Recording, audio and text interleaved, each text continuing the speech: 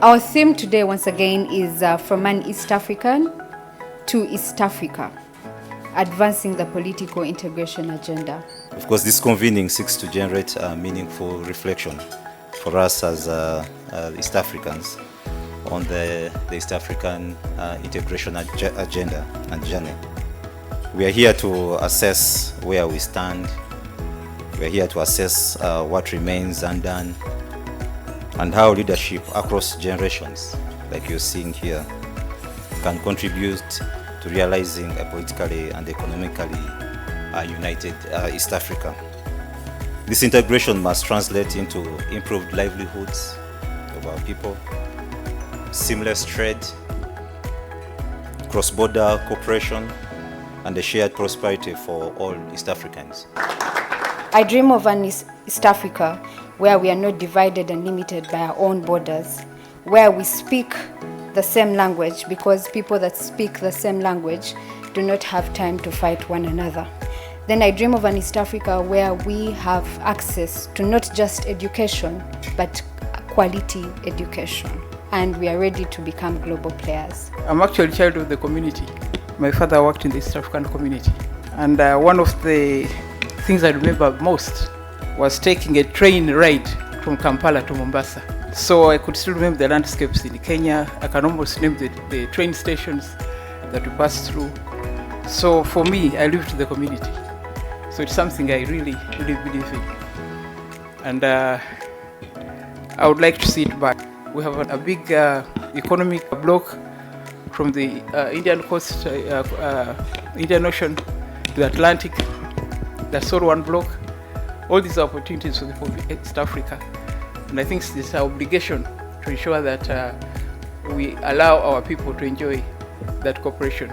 The East African countries together account for nearly 500 million people. That is about a third of India and a third of China, creating markets comparable to the largest states in the world economies, which offer potentially comparative GDPs as good as the best in the world. So the logic of integration today is no longer about those things that used to bind us together. It's no longer about ethnicity. It's no longer about language. It's now more about the market. The market. Expand the market. And that's basically the logic of integration. I think that we need first the economic sufficiency and autonomy for us to realize anything integration. The treaty that we currently use is a living document, but a treaty is contextual. At the time when the treaty was being formulated, we were only 3 partner states: Kenya, Uganda, and Tanzania. The context has changed, the landscape has changed. So we must have that strategic thinking. We must continue to engage and see what has changed and how do we recalibrate the existing institutions, the existing legal frameworks to adapt to the changing context. What role are we playing? Chidega has mentioned it. We continue to be sidelined in the processes, and yet we have voices. This matter needs a lot of salience. How can silence be built? It starts with us as young people. I, together with my fellow African graduates and some of them from East Africa, we came back home knowing that with everything that concerns the young people, the unemployment, the poverty, and everything we seek to solve, the integration is a game changer. Let's put our resources where our needs are. We need a huge educational and health budget and to develop our countries. We all as Africa have not reached our Canaan, the promised land where Africa works for all of us. Everyone is making a contribution.